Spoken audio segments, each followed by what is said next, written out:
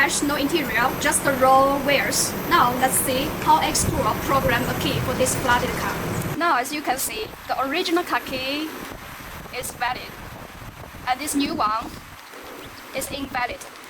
Okay, now let's do it. Connect the OBD with the VCI. Okay, now let's do it. First we can click the Immo. Agree. And we should change the car model. This is the BYD EV. Okay, and this click the Dynasty series. It's the Yuan series. It's the new model. Okay, and click the key match password free. Okay.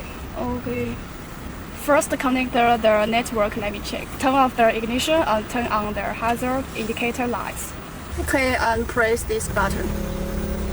Okay, continue. You can see the number of matched key is number 1. Okay, continue. Okay, we already put the car key into the sensor area. Okay, now put this original car key into the sensor area. Normally, it's put in this sensor area, but this car is depart. We can put it to this place. It will be okay. Area is communicating. Now the key is successfully matched. We need to match the next one. Now put the new car key to this sensor area. Okay, finished. Continue. It's communicating. Now you can see it's successfully matched. Just click no. Now you can see it has a number of matched key is 2 key. Now as you can see, the new one is successfully matched. Let's test it. This is the old one.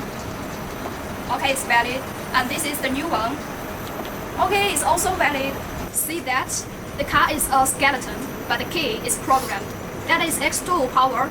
If you have any questions, just leave a comment below.